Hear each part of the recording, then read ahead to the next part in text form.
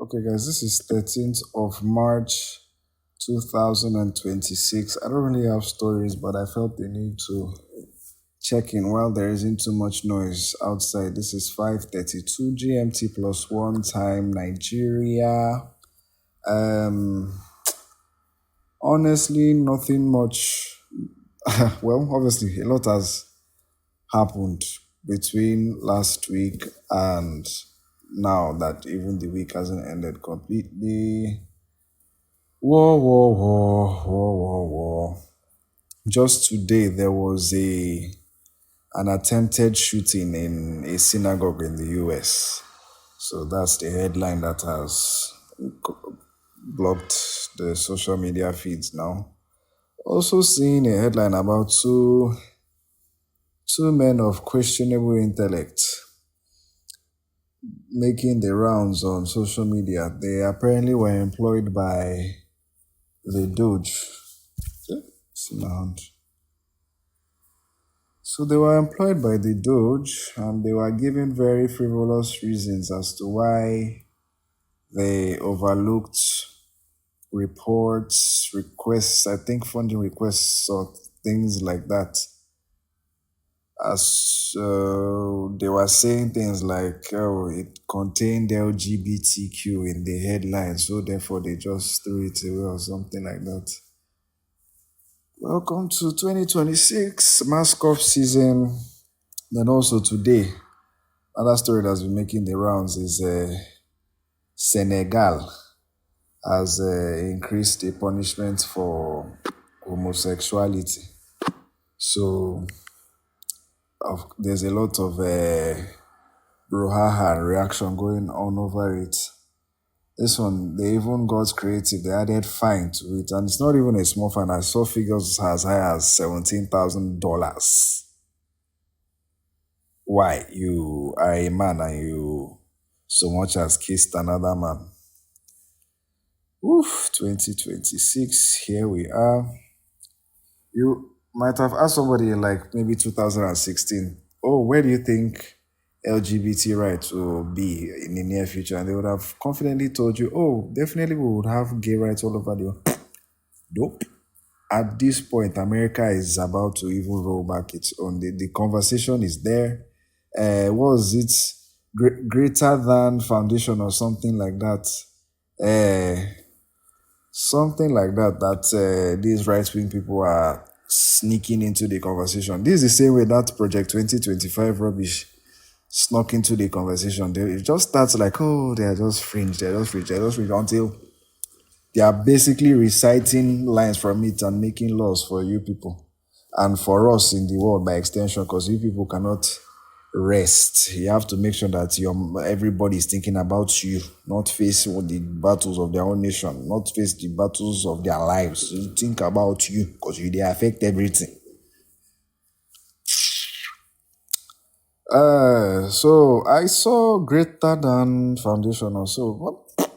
America 2026, they're outright telling you, yes, we want to ban gay marriage back. And the thing is, when you now call them out, they'll say, oh, no, it's not this one. It is it. Stop all this, it's not, it is it.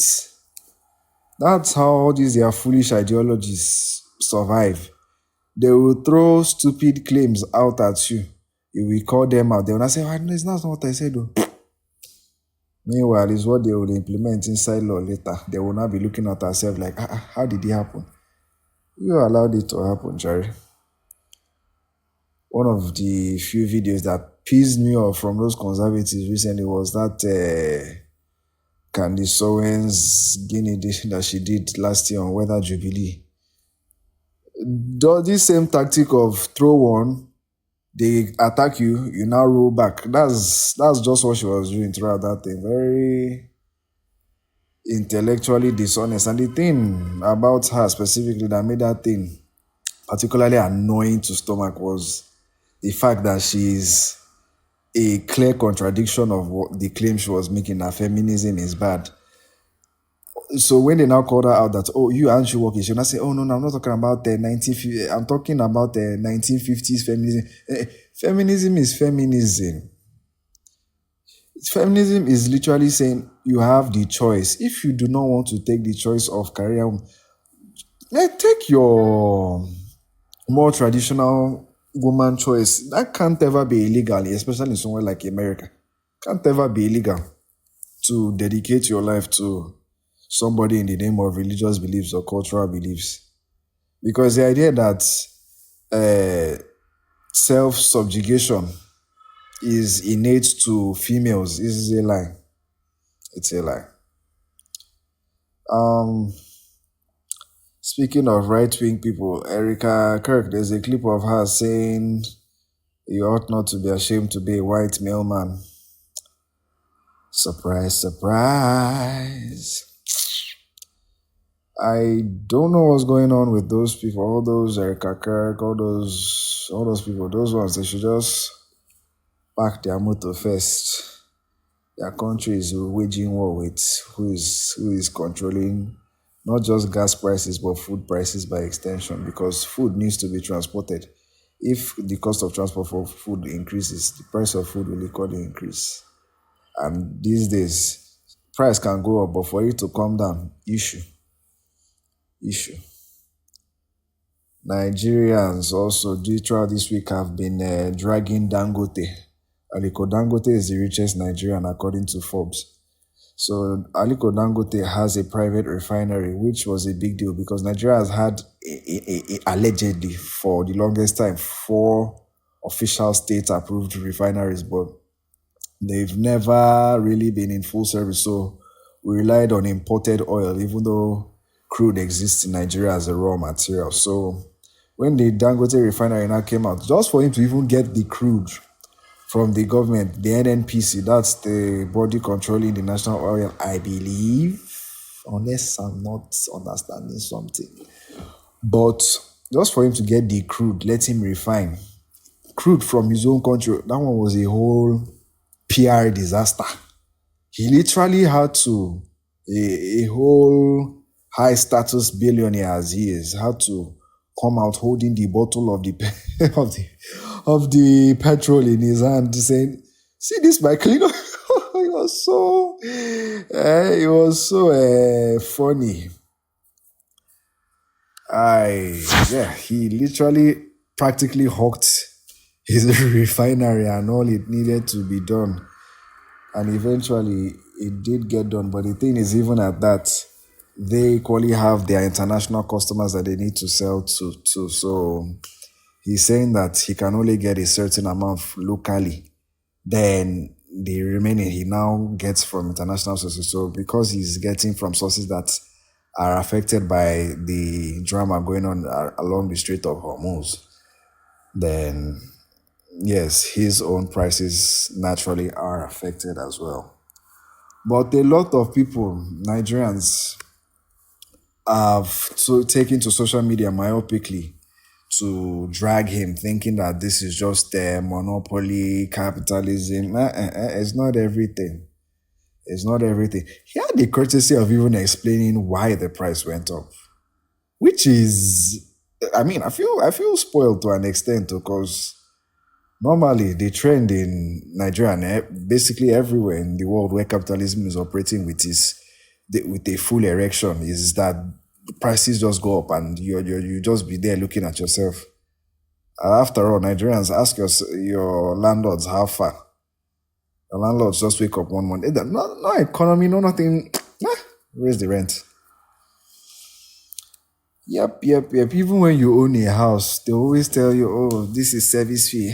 This one is, in fact, at times owning a house, depending on where you are in Nigeria, can even be more expensive than rent. So that one is there. Then we had good news, I guess. There's a girl, her name is Ella, and she's been making, I almost called it aggressive, but she's been making recordings of her life struggling to get buses in the morning. So in Lagos State, people say Lagos is overpopulated, but then again, systems can still be in place to ease the flow of traffic and all of that. So she comes out as early as 4 a.m. in the morning when it's still pitch dark with her phone recording herself and recording the queue, complaining that the buses that the government ought to provide aren't sufficient for her movement.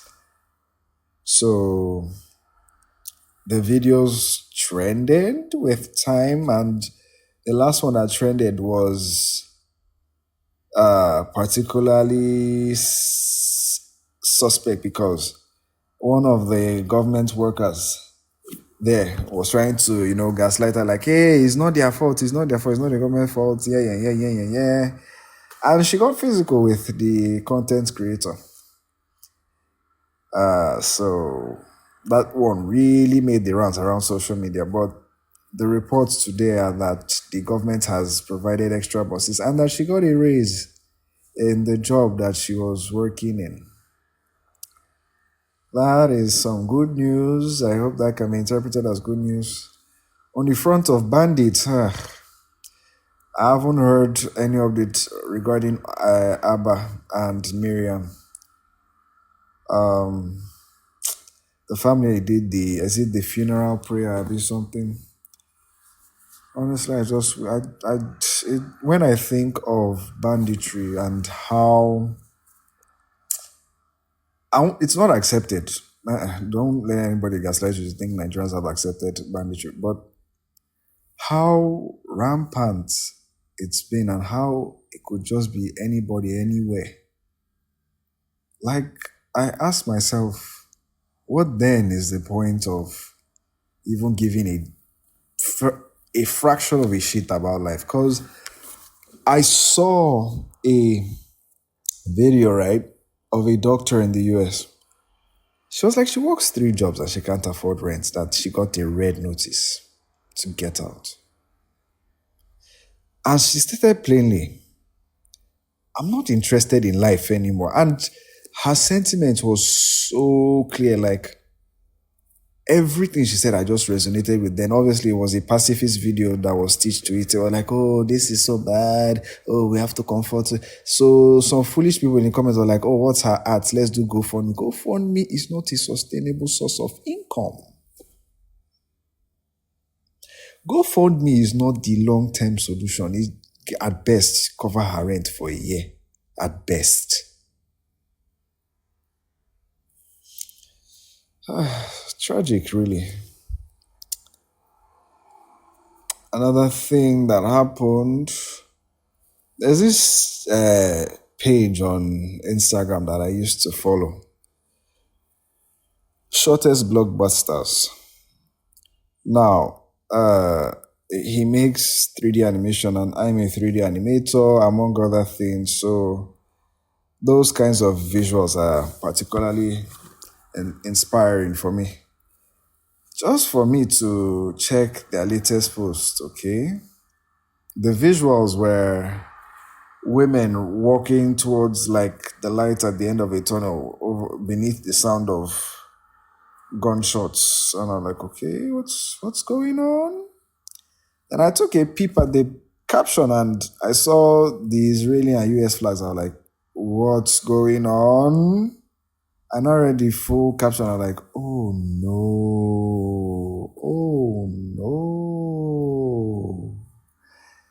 He or she or they were complimenting or praising the United States and Israel for their taking out of the Ayatollah.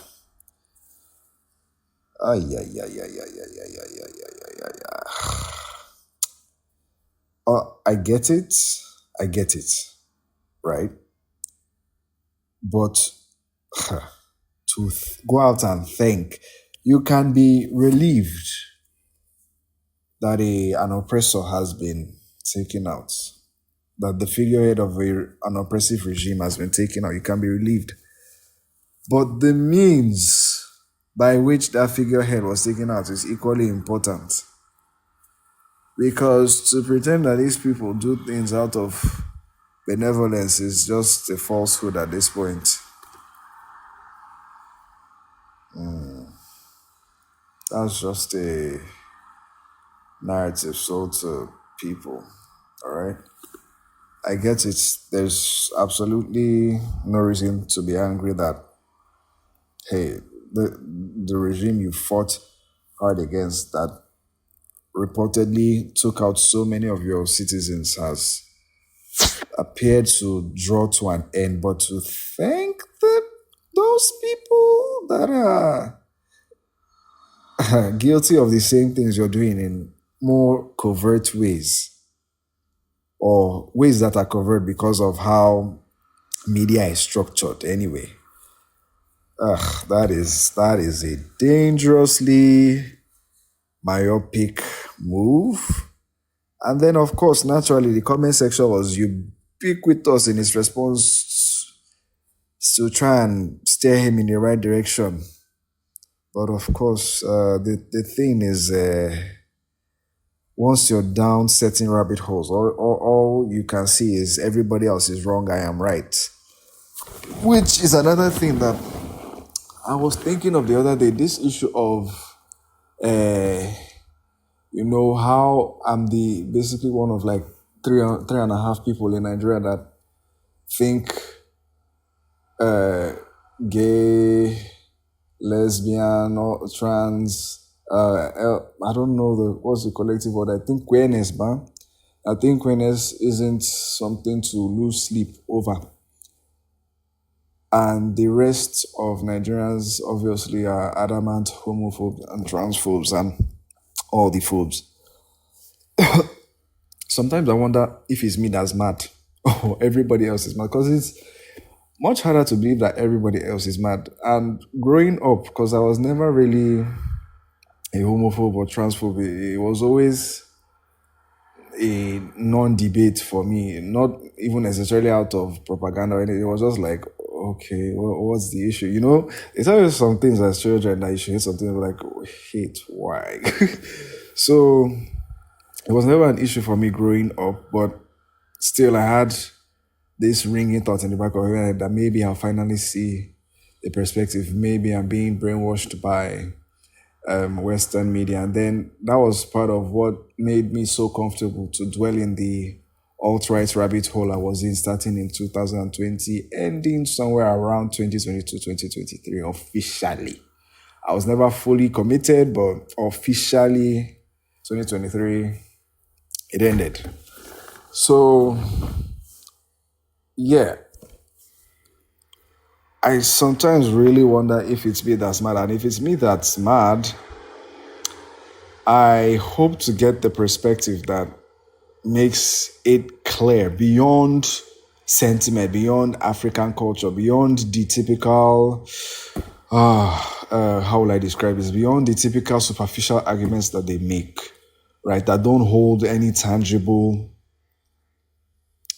reason as to why homophobia is justified. Beyond those types of reasons, maybe I always felt like I would see the picture that they're seeing. And I still have an open mind in that regard, just not something that I would go around saying that, oh, I have an open mind. Because right now, the conclusions that I have are not just from assuming neutrality. The conclusions I have are from understanding history, understanding propaganda, understanding various aspects of the thing that make it look bad on the other side, being the alt-right, and then, making it a non-issue. That is, I've tried to say that I have not only am I living my life based on assumption that this is not a bad thing, but now I have read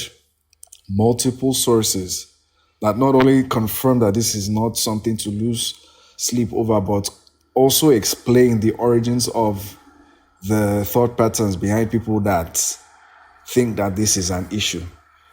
Like the Senegal people, for instance. $17,000. What did you do? You are a woman. You hugged another woman in a suggestive manner. So you now pay $17,000. Hey, sometimes it makes me laugh when I see women in this our part of the world championing this thing, because our societies are still very much patriarchal. women proposing to men isn't too socially acceptable yet. It can happen, but it's still a silent taboo. So, you're naturally going to fall head over heels over some nice guy who just springs up into your life. It's overly nice.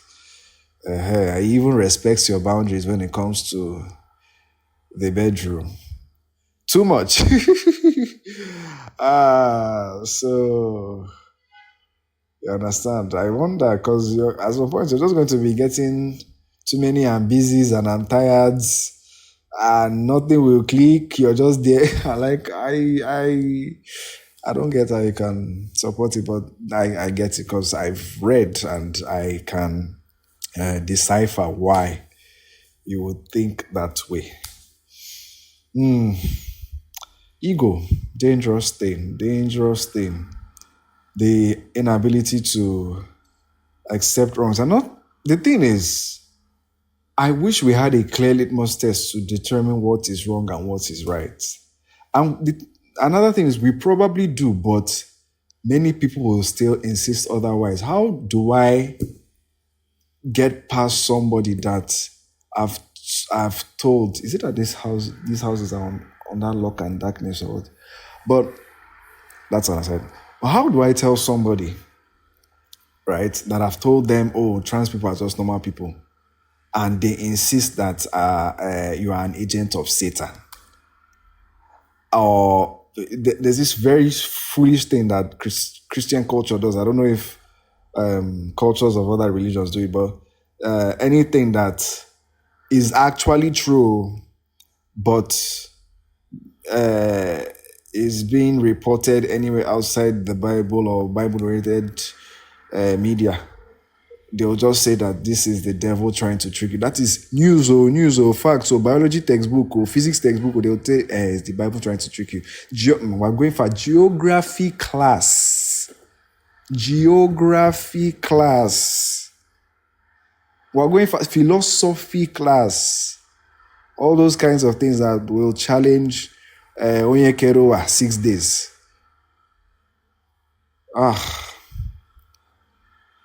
The people that have researched you told you, it's like you said no. You just said no. They said say it's agent of devil. You now said you now went ahead and said it's agent of devil. My brother, you'll get there. I hope you'll get there. You'll get there. You'll get there. You will get back on the plot. Currently, I feel we've lost the plot. It's hard to believe that some of the stances I hold, that I'm not the mad one. But it's depressing to believe that you're in a nation of not mad people. I know that word is pejorative, but I'm just using that word as a hyperbolic sub-descriptor. So people of misinformed opinions. People with misinformed opinions. Because that's just what this thing is. And even within this, right, we still have classes of human beings. There's some people that just use gayness as their easy punching bag. So I will not discard somebody's character if, let's say, only when asked, they say that being gay is a sin and call it a day there. I won't kill you because that's what you are brought up with and that's what your brain understands to be true. But, okay, your own is being gay is a sin. You are killing gay people in your streets, which happens, by the way. Or you are acting skits. All your skits, 90% of them is bashing, trans people, femme people, mask people, all those kind of...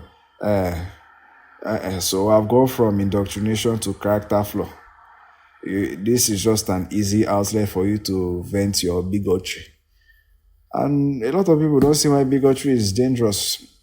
Some people say, oh, you can't compare the black experience to the gay experience, but bigotry cuts all. I know that it's jarring upon first hearing that the issues of the black community in places like historical United States, in fact, present-day United States, which one is historical?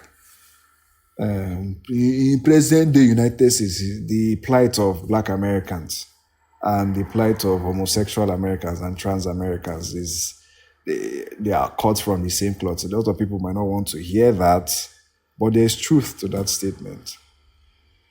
There is truth to that statement because these are segments of society put at a disadvantage because of the bigotry of the upper class, being the white Christian straight male with that is tall for whatever reason.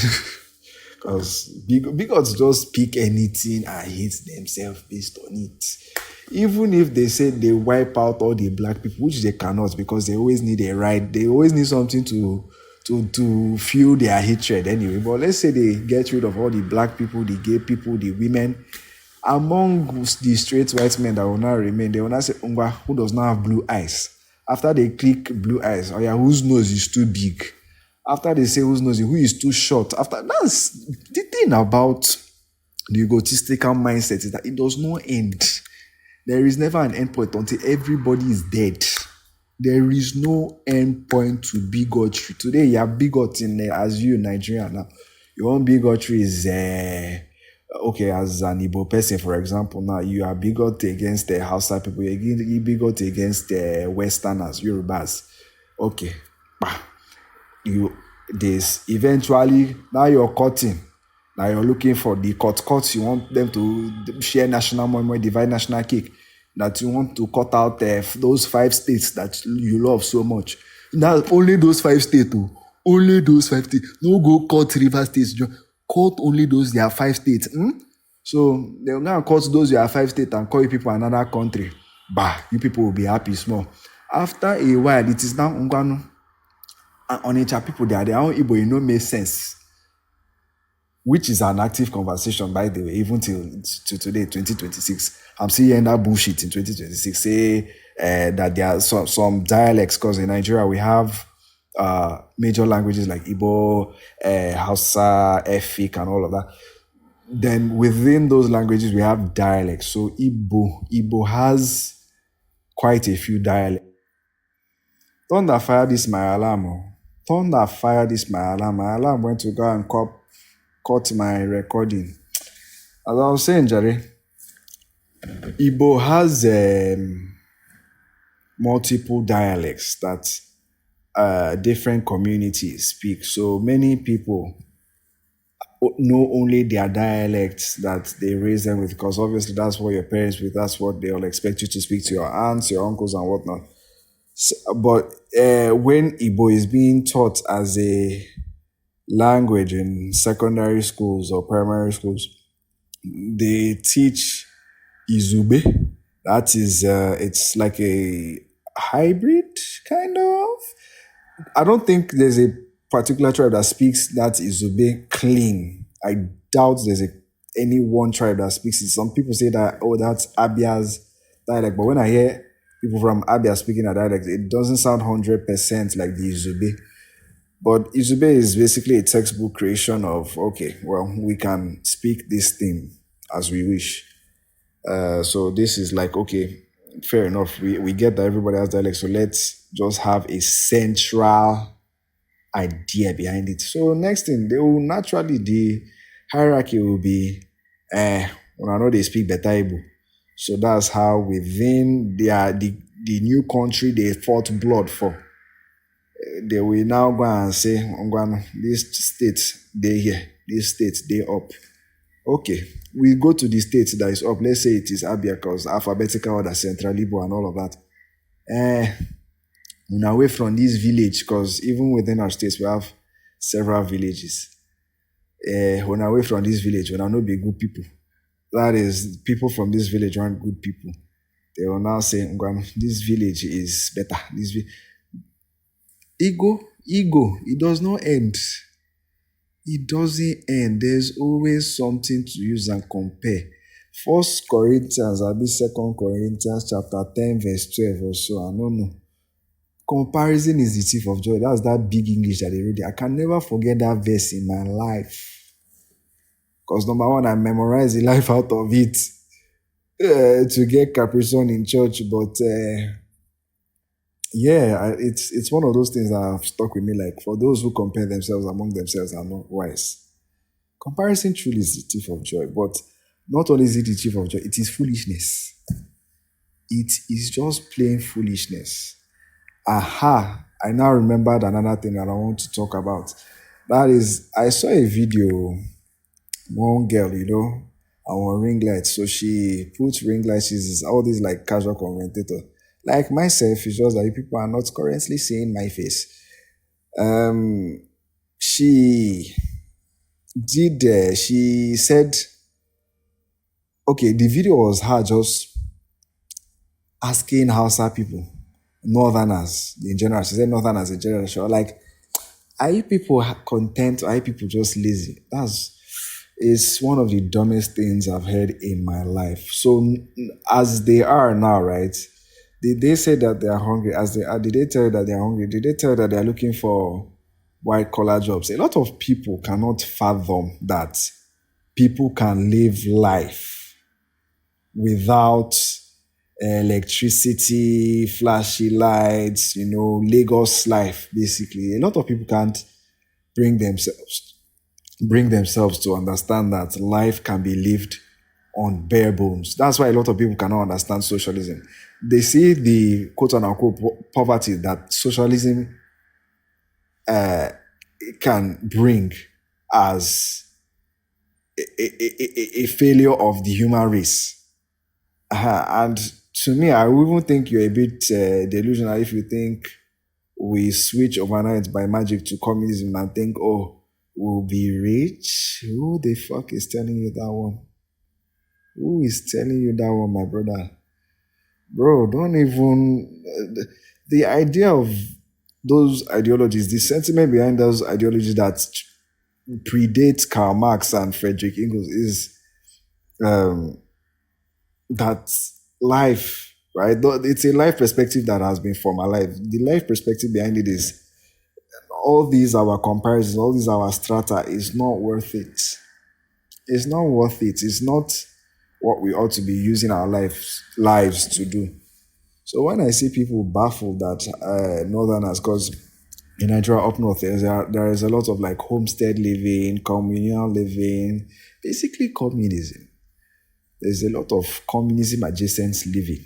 They are not, a lot of them are not obsessed with, economy, big business, like people in southern Nigeria. So for her to carry her phone and sit down and say, effectively, don't you want to stress yourself the way we were stressing ourselves? That's what she's saying. Ha. Funny video. And I was just looking at the comments like, oh, yes, it was when I moved to the south that my eyes were opened. Oh, you moved to the south to suffer yourself. That is, you are eating. A lot of people don't understand that homeostasis, nutrition, and all those things, right, are the basics, they are the core needs in life. Some people just feel like beyond that, this hustle culture and everything is part of life, which is not to be. It's a capitalist brainwashing that we're suffering from. And the annoying thing is, even when you become conscious, I realize that it's all capitalist brainwashing. You're still stuck with the capitalists. You can't eat without participating in the hustle culture and everything. Like now, all the efforts that I did, everything practically went to electricity bills. I'm even looking now for where to get money for internet to use and talk to you people. So yeah, that video really made me laugh the fuck out loud, bro.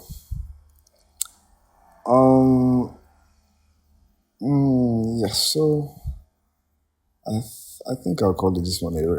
I'll call it a day on this recording. Nothing really special to talk about today. Maybe during the weekend. Oh, Oscars is on Sunday. That boy.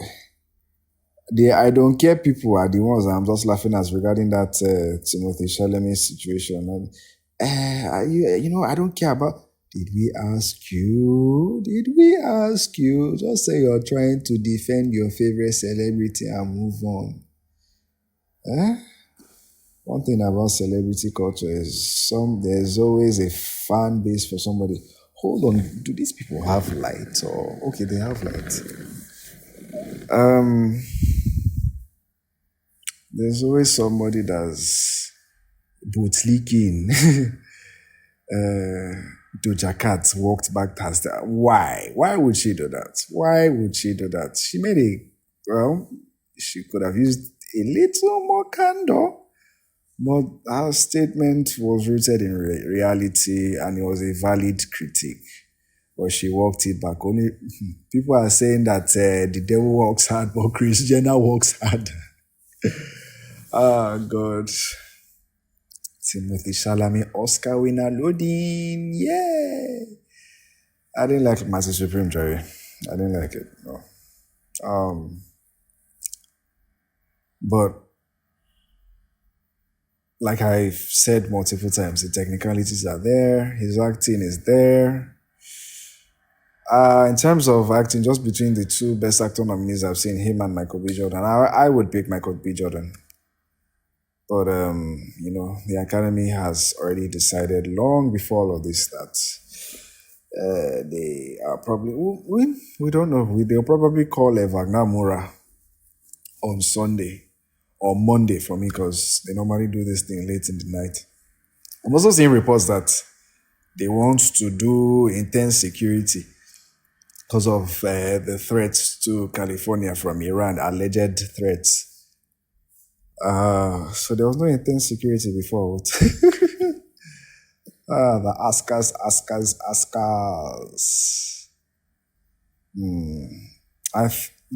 I think they should focus less on the show and more on who exactly are they giving the Oscar. Because at the Grammys, you notice that those awards that they give before the main Grammys tend to make more sense than the actual Grammys. I don't know if you've noticed that. So that's just a random observation anyway. I know during the voting process, a lot of those Grammy people, they're just voting for, who do I even know? And I can't blame them. Yeah. And the thing I guess that awards culture has done, especially in film, is particularly more intense in film, is that it's giving us this false sense that art is to be ranked or something like that. Nah. I used to have that mindset too, that, okay. And me speaking to you, I actually, for the past 3 years, have been making rankings of my own of songs that I liked per year. But those rankings basically are just my way of communicating to the world that, well, hey, I like some things other than I did. And I spend so much time on those lists that I make at the end of the year because it's like, okay, what goes up, what comes down, what goes up, what comes down. I start with like 200 songs, but I have a 50-track rule. So I end up cutting about upwards of 100 songs in a year, although there are some years that, so if you get to the 50, it's stress, but I have to end up cutting out a hefty bunch of tracks out of, a rule that I have.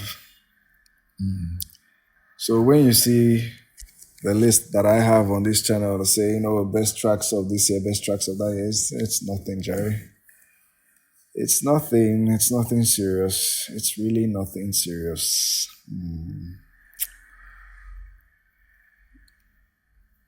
Yeah, I think maybe one of these days I'll have to give a rundown of those songs, but I think my favorite song of last year was Stupid by Childstar. That's Olivia O and Sean Henry. Nice band. I'm so happy that I discovered them. I think I discovered them on, is it Stereogum or something? I can't remember. But I discovered them in 2024 and I've been listening to them both as individuals and when they collab. That's a band I really like. Let me not draw out this recording because at the end of the day, I'm just drawing out my rendering times. Last video I did was 49 minutes. Next one I'll do too is pushing over an hour. So I'll call it a day. Yeah, thank you for listening. I really like talking now. This mean I was doing scripted videos at some point, but now I like to just ramble along on my phone. Am I missing any headlines? No.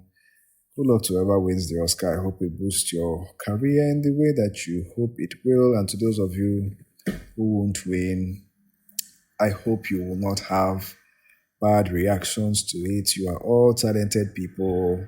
And to the many that were not even nominated, but accept the praise from the critics and fans alike. And accept your own validation of your own work. Like me now, anytime I make a render, I watch my renders on loop for like hours on end. So yeah, just to make art really of any kind is satisfying in itself. Then to now be recognized by other people in such a big way, I can only imagine it's a crazy feeling.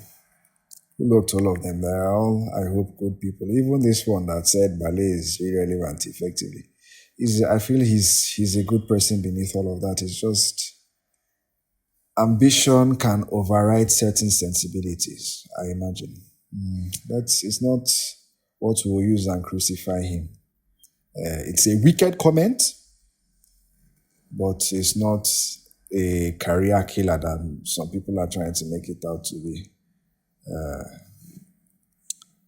Okay, guys. I liked this recording, maybe because it's the freest I've been, the most unplanned. Hope I would not waste your time for the over pushing 1 hour you've been here. I hope it was worth your while in a way. Thank you for listening, and I hope to see you soon. Bye-bye. Well, this is the second time that I'm carrying my phone to record voice message again today. Today is Friday the 13th of March. Oh, Friday the 13th. Okay. So why did I carry my phone? Just a quick one. I don't know if I'll go longer than this. Okay, there's another thing I want to say that I will add later if I remember it. I was just thinking, this idea of self-backspacing. I wonder why at times is seen as controversial. Hold on, I think I need to close this window. Let me pause. For you people will be hearing what you're not meant to hear. So, the idea of self-backspacing, right? Of course, this is going to be uploaded somewhere where I can't say the actual word, or me saying the actual word might get it stifled in a way, and you people now not be able to hear the proper message. And the thing is, when they stifle these recordings or videos or productions, they will stifle the whole thing. They will not even give you the opportunity to say, okay, no, mute these parts, bleep this part. I beg. So the idea of self-backspacing, is it really a controversial thing that it ought to be? Or sometimes I look at it like it's just somebody's logical response to their state of life. So there are two ideas that made me even want to pick up phone and start recording. Number one, is poverty really temporary? Right? When we want to prevent people from doing self-backspace, we tell them, oh, what you're going through is temporary. So maybe they're going through a breakup, or they've lost some money, or they are being bullied in school. So we'll tell them when they're being bullied in school, secondary school is just 6 years. After 6 years, you're done. Maybe they are doing carryover. You just encourage them to read, and then they now eventually pass. Or, when they've gone through a breakup, the emotional turmoil of the breakup and all of that is something that they can't actually heal from. But poverty, some people don't know what poverty is. Like, some people think, oh, poverty is a choice in this world we are. Why? Hey, now wow. Some people just think, wow, yeah, I'm going to be poor. They'll say, if you're not getting job, just start a business. Okay, that's the same business that when it is failing, it's still you that will go and put your mouth unprovoked. Hey, look at him, it's just a deadbeat, just running failing business. They don't bomb picking. Meanwhile, he gave birth to the children when he had money. Did he know he will not have money? How? Poverty, is it temporary? At least with the breakup, we know that time can heal in that regard. With the loss of a parent, you know that yes, your emotions can overcome eventually. But when it comes to money in capitalist world is by chance. Even the richest of the rich will tell you that this thing is by chance. So when you're now keeping somebody, you're forcing somebody to be alive based on chance that they will have money. Last, even yourself that's keeping, you cannot even give them money because you are poor. But it's just that you are less poor than he is, or she is, or they are. So, yeah. On the one hand, right, when it's like an emotional based reason that somebody wants to save by space, we can mediate. It's fair to mediate when it's that kind of thing, like, self, maybe body image or something like that. I mean, cosmetics has lost all the stigma it once had, right?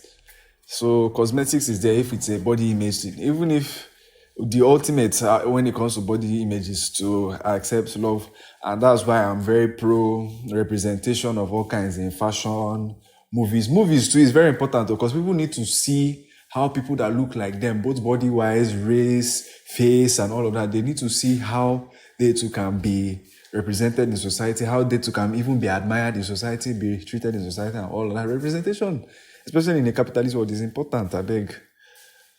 But when it's poverty, is that what you want to go and force somebody? Because, it sounds like wickedness to me. I know that, somebody will argue their lungs and say, you don't know what God can do.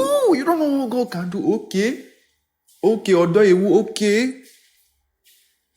Chigozie, okay. Continue. So, when it's like, another reason that even came to my head was slavery, all this modern day slavery that they call prison. Why not? I beg.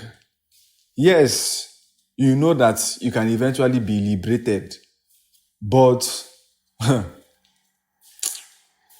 some of you don't understand what it means to live through hell. Some of you just say, it's just a bad situation, you can come over it, don't lose faith. It's easy for you to say when AC is blowing you and you have data on your phone and your children are in school if you have children. Imagine somebody that their whole life now just back-to-back shege, back-to-back misery, back-to-back koboko. Yeah, they are telling them, have faith. Like I agree, even when somebody is in a bad financial situation, when it's things like breakup, emotional things that is you internally that can farabale and reduce it. I can agree, but when it comes to external things that can affect your life, you have no control over somebody that is your slave master. You have no control of whether you have money or not. People will tell you, hey, go and do job. You that's doing job, you don't know that your company can fold. You think they will tell you? You think you don't know it's only that month that when they are folding, that's when they will tell you. Sometimes it's even next day that they will tell you, we're folding. Go home. Some people think bet is far-fetched, that, I don't do bet, I don't do bet. You are betting every day in capitalist society. You don't know. Every blessed day you are betting with something, be it your job, your work, your life, whether can go. We're not even calling, car fee jam you kind of bet. We're talking your money, go, you dey bet. You dey bet your money. So that you think, I dey work this job. It's a multinational company. How many multinational companies don't fail? How many have failed in your front? You're there deceiving yourself. I get this big position and I him salary. Okay. I beg, make una know they deceive on yourself. Everything when they do for this life na bet. It's just that some people have accepted that they would rather use small kobo where they don't collect from one place, use a magnet better thing. Cause when bets click, we'll be there, we'll first clap for him, we'll first rush and clap for him, say, put my mouth, put my mouth. But once the bets, they drain them, 10K anaba, 100K don't go. You wanna go call and say, this one, too sabi wetin they do now. It was the wasting life. But once the bets, they click. Some people, say their work now those bets. Some people, their work now bet. You want challenge me, say some people, their work now bet. Who then they call forex trader? Yeah, I don't even know. I've forgotten that other people are listening to this. I'm just drifted into speaking what I don't know. But basically what I'm saying is we make bets every day, right? Be it in how we go to our work, we bet on the idea that our work will be there the next day, the next month, and we will still be employed. And our companies that we're working for won't fold up. We also bet on things like our businesses will get this amount of profit. Yeah, that's basically what I was saying, that we bet every day, and the demonization of actual betting, like the likes of Polymarket and full sports betting, it doesn't make that much sense when we think of it. Yeah. I know that some bets, it's just, we have this idea of odds, right? So even on the betting sites, what makes the money increase more is the odds. So something that unlikelier that something is about to be, the higher the payout from the bet. So what was this one? Yeah, so basically what I'm just trying to say is everything in life, really, in capitalist society is just a bet. And the further point that I was making, or rather the previous point that I was making, is when it comes to poverty, I don't think it's fair for us to say to somebody that is having rational thoughts of self-backspacing that they shouldn't self-backspace, right? If it's something that's internal, like the emotions when they lose a girlfriend or a boyfriend or a partner, they lose a parent, right? That one is within their own self-control. By and large, you don't really need to spend money to control those feelings, depending on how much you can sit back, relax, and reflect. But when it comes to things that they can't control, like their funds, their sources of income, their living situations even, you really can't blame them. You can't blame them. It's not something that will say, hey, okay, you can't do this, go and self-backspace. No. But when we see it, it's not something for us to say, oh, that's the ultimate stupid decision. How dare you? That's really not our place. It's really not our place. Okay, so second thing I'll add is I saw one of these philosophical videos on my Instagram reel. Doom scroll. I saw it and it says something like the acceptance of boredom is a superpower, and that's something I've always believed in.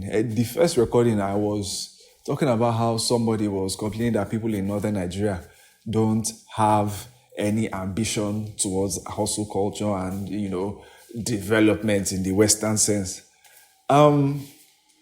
This acceptance of boredom and quote unquote is really just a reflection of that, because people say, if we had just been communists, we wouldn't have had iPhones. Yeah, because there wouldn't be a point. There wouldn't have been a point, and we wouldn't have seen that as such a big deal, because we wouldn't have known what iPhones are. There's a lot of technological brouhaha that we can get into that our past selves look sheepish. So take, for example, just in the early 2010s, we never knew that artificial intelligence would become so accessible. We if you are tech savvy enough, knew or had an idea that, okay, at least machine learning and something like that could breed the invention of language learning models. But you do have the thought that these language learning models or artificial intelligence models, as we call them now, they would be reserved for higher institutions, governments, and stuff like that. But no, it's something that people use casually to just bombard Instagram with the most useless videos I've ever seen. But yeah, and naturally, there will always be technological evolutions that will make us make our current selves look foolish in comparison to our future selves. And that ideally, but with all this I'm not sure if we're seeing past 2026 at this point, but obviously that's doomsday hypothetical or hyperbolic statements. I'm just, trying to cope with all of it. Yeah, so acceptance of boredom truly is a superpower. It ought not to be, but it is. And the thing is, even if we needed phones under a communist system, right? Like, I still stand by the fact that, by my statement that communism can't work globally. So it's just people that set up their own private companies, especially now that capitalism has spread like cancer and everybody is under the spell already. It will be hard trying to convince people that are already knee-deep under the capitalist brainwashing to subscribe to communism. So, yeah, even if we needed phones in a communist society, they would have been invented, and it's the kind of thing that as children are being born, there's already a copy for them. And they'll be invented in a way that they last long. And even when they don't last long, it's something that everybody has access to information on how to upgrade or how to repair. It's not like capitalism where there's planned obsolescence or something. What's that nonsense that they say that some companies do, that after a certain while, your phone just starts deteriorating on its own. It's in good condition, mint condition, still after all the years, but at some point the phone just starts misbehaving on its own. Just some extra 15 minutes of ranting to the previous recording. Thank you for listening again, and I might see you in another one. Okay, so this is now the 15th of March, 2026. This is a Sunday and it is 7:36 a.m. GMT +1. Between my last set of recordings I made on Friday and today, I don't think I've observed any major story. The thing with this war is that a lot of news coverage has lost steam because they feel like they're just regurgitating the same set of stories. But I saw reports that they've opened the Strait of Hormuz to countries outside the United States, Israel, and their allies. So, yep. Now, we are looking for what to do with our lives in terms of if gas prices will increase or decrease following that announcement. Other headline here isn't really a headline, but there are rumors going around that the Israeli PM is not alive at the moment. The thing about rumors of that nature, they just serve the purpose of just getting people in a frenzy over something that's probably not happened. Because what stemmed the rumor is there's a training video of him making a speech of some sort, but what made the video trend is he intermittently develops a sixth finger. So the video is obviously an AI generation. So that's why people are saying, oh, that he has kicked the bucket. But the thing is, even if he had and they wanted to use that as a cover up, I don't think they'd be sloppy enough to use videos where he's automatically generating six fingers, or at least they crop it to shoulder length where we can't observe the fingers. And so I think this might be, is it false flag? I don't know if it's false flag, but nothing. Whoever posted that video of him with the six fingers announcement, they just did it for fun as far as I'm concerned. Or it's possible it's an actual recording of him just touched up with AI, because you can touch up your videos with AI. Okay, so it's Oscars Day, which I believe should mark the end of major Hollywood awards season. And I was just thinking, we put these artists, right? We hold them up to such a standard, all for our statistics and our bets to be satisfied at the end of the day, because that's the only reason why a lot of people have a morsel of emotional investment in things like the Grammys and the Oscars, especially now that we have Poly Markets and other prediction platforms that now attribute money to betting on the Oscars. Before, it was just the sports people that were cashing out for these platforms, but now you can guess even what country is going to strike another country and make enough money to feed your family for some weeks. So, Oscars Day is today. I don't have any predictions or decisions or whatnot. Whoever wins, wins. My hope is that who wins, uses this as an avenue to do good in both their career and in the society around them.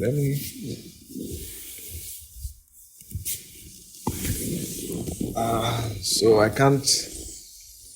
don't think I can edit out background noises anymore. So if you're hearing cars driving, birds tweeting, water splashing, sorry about that. But yeah, the Oscars are today. After a tumultuous award season, we saw early on Timothée Chalamet winning for Marty Supreme. He won, there are 5 major of these awards, right? So he won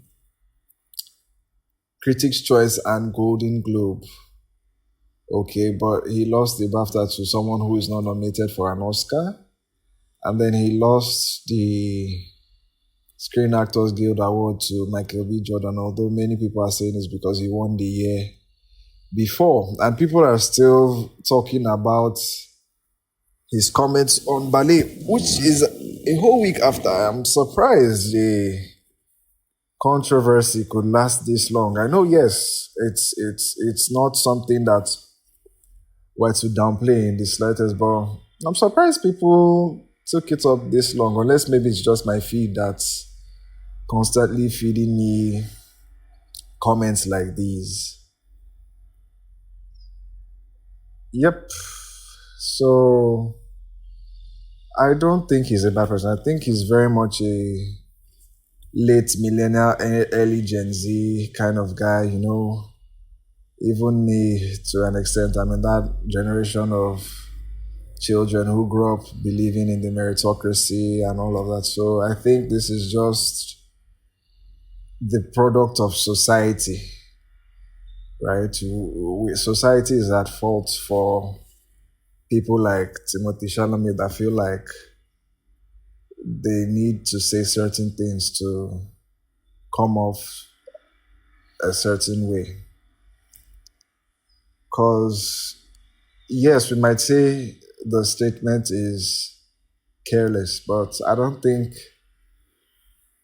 beyond a surface level douchebag, and I'm talking like surface level douchebag, not actual douchebag, beyond that surface level, but still easily palatable douchebag, I don't think he was going for anything deeper than that. That's just like a light taunting, but it's good that we're now in a society that can call this out head on. Now, is that reason to hate him? God forbid, no. No, no, no, no, no, no, no, no, no. Probably he'll win the Oscar because, like I said, they've already voted before now. Before that interview even aired, their votes were already sealed. So he'll probably still win the Oscar.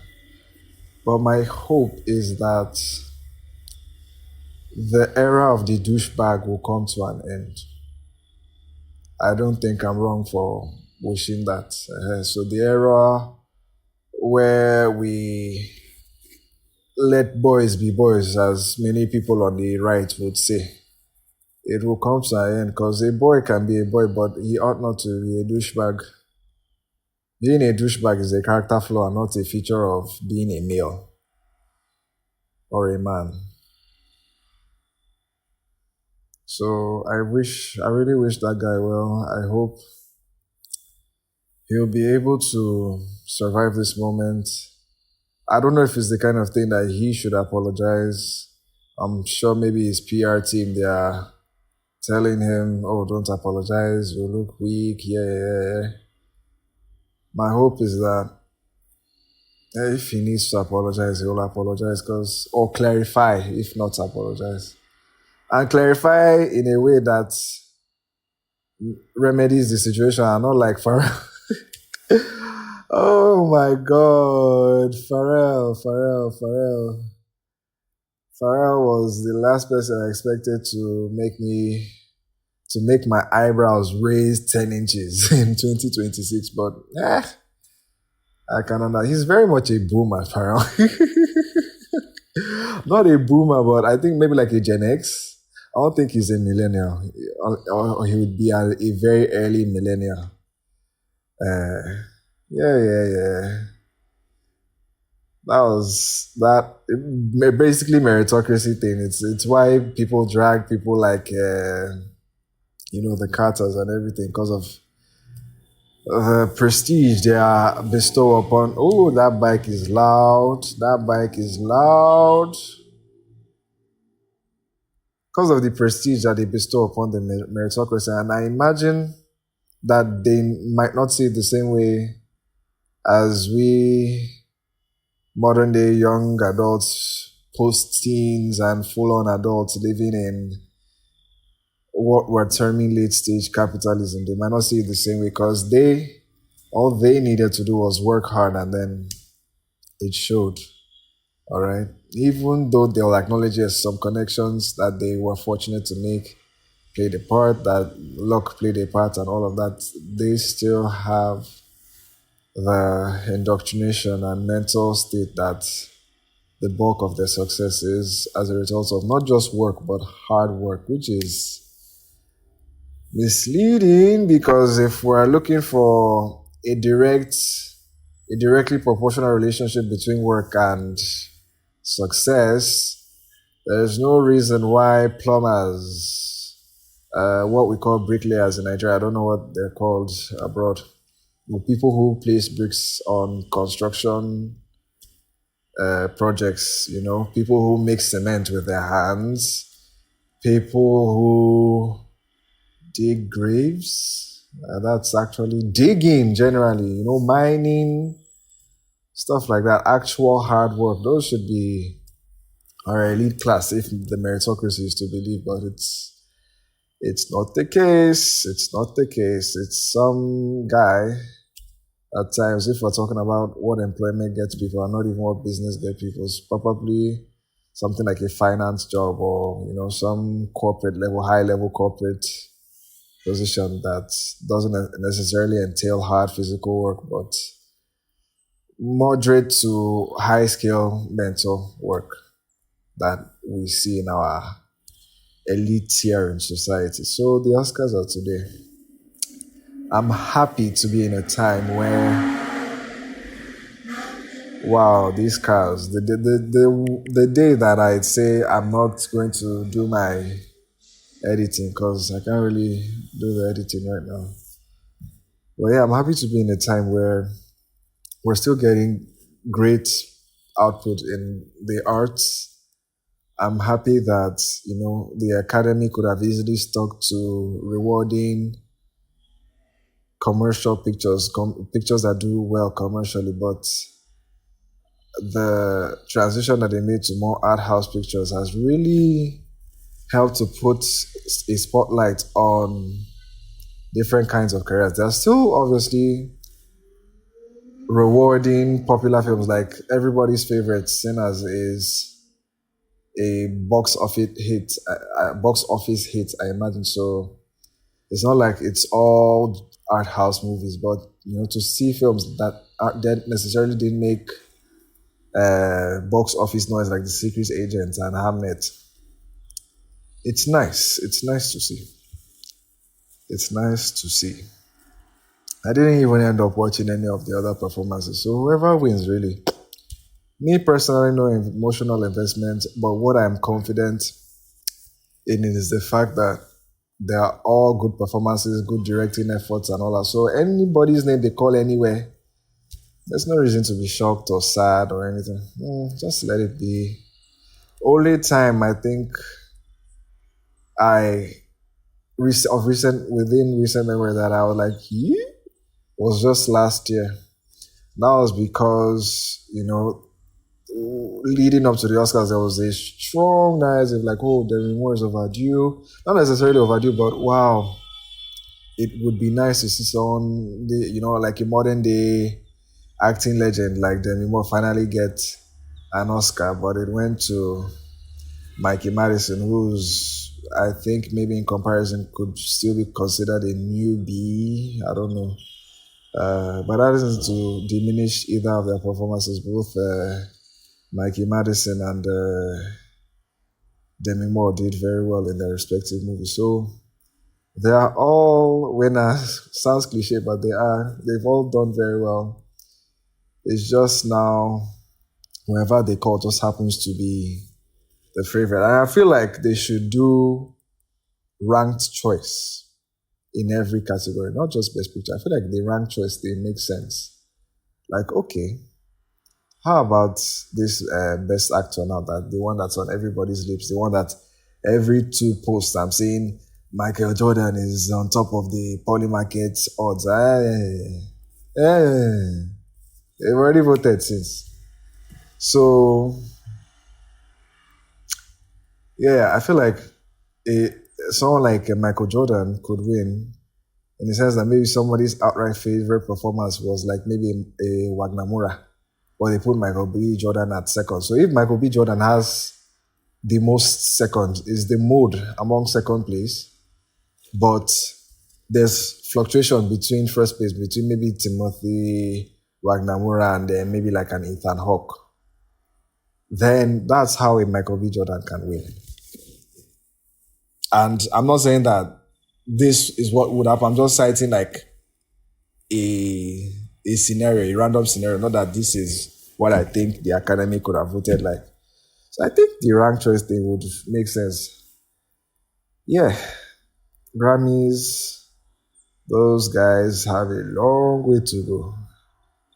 But at the end of the day, different bodies, different people. I think in terms of international representation, how would I rank these award shows? So I would rank in the EGOT line.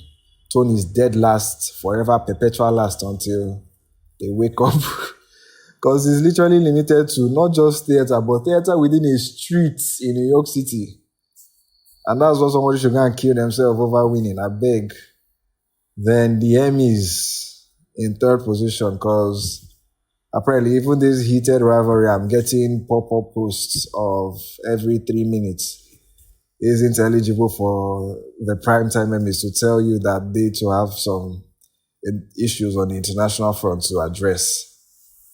Then between the Grammys and the Oscars, honestly, I would rank the Oscars first place. I would actually rank the Oscars first place, because with the Grammys, right, when they do their oddball picks, That's their picks that not necessarily hits, but they just stand out. Those tend to be Americans. Then, of course, their main picks for the likes of Record of the Year and Song of the Year are Billboard hits. Billboard is an American chart. Now, I know that they've added categories like Best African Music Performance, Global Music Performance, and all of that. But most of the artists that win these things are either signed to American labels outright or have partnerships with American labels. Someone like a Mavo, for example, I don't know what he's signed to, but I don't think he's going to be in the conversation for something like that. Not necessarily out of talents or whatnot, but that he doesn't have the affiliation with the American label. So I found out recently someone like Tiwa is assigned to Atlantic. Ira Star is partnered with Rock Nation. Tyler, I don't know, I think Epic or something like that, which is US based too. So I would rank the Oscars first in terms of international representation. At least it's important that international representation so that the thing doesn't feel like, oh, it's just Hollywood clapping for themselves, because at some point it can make it boring. You know, at least throw in a Wagner Wera, even though many people are saying it's just because Brazil, they happen to have a lot of people from Brazil that spam their comment section. I saw a post like that to that effect. I can't remember what exactly it said, but it says that a lot of people from Brazil are constantly spamming the Academy's comment section on Instagram and Facebook and whatnot. So yeah, and not just African. There's actual quality work in the African cinema. I don't know what the limitation to getting it what the Academy is, but yeah, all right. Oscar-worthy African, both Nigerian and non-Nigerian African movies. I love to see that representation, even if it all ends in a nomination. Nothing really, but not just that international more, maybe you add cinematography, maybe you add a screenplay, maybe add supporting actress, something demure, but if not just that international, that one, okay, they came back, but I just put them there, and apparently it even goes to your country. The directors and everything, they will collect it, and I think they get Oscar credit too, but the award Go is going to your country, which is, I don't know how I feel about, let's say, some director that's at odds with the Nigerian government. The Nigerian government is now will go and harvest their Oscar for them. No, now, I beg. And the existence of that category, I feel like it speaks to a larger problem that, we can't have you guys in Best Picture, so you guys just have your separate category, because there's no reason why something like It Was Just an Accident shouldn't be in Best Picture. Although, to their credits, there are at least like two non-English Best Picture nominees. So their credits they are not void. They're not void. I hope this recording was going to be shorter. Now I have to add extra footage to this, but oh well. To their credits, it's not like they've completely shut out international representation, and I hate people trying to play Bad Bunny's win as international. He's from Puerto Rico, all right?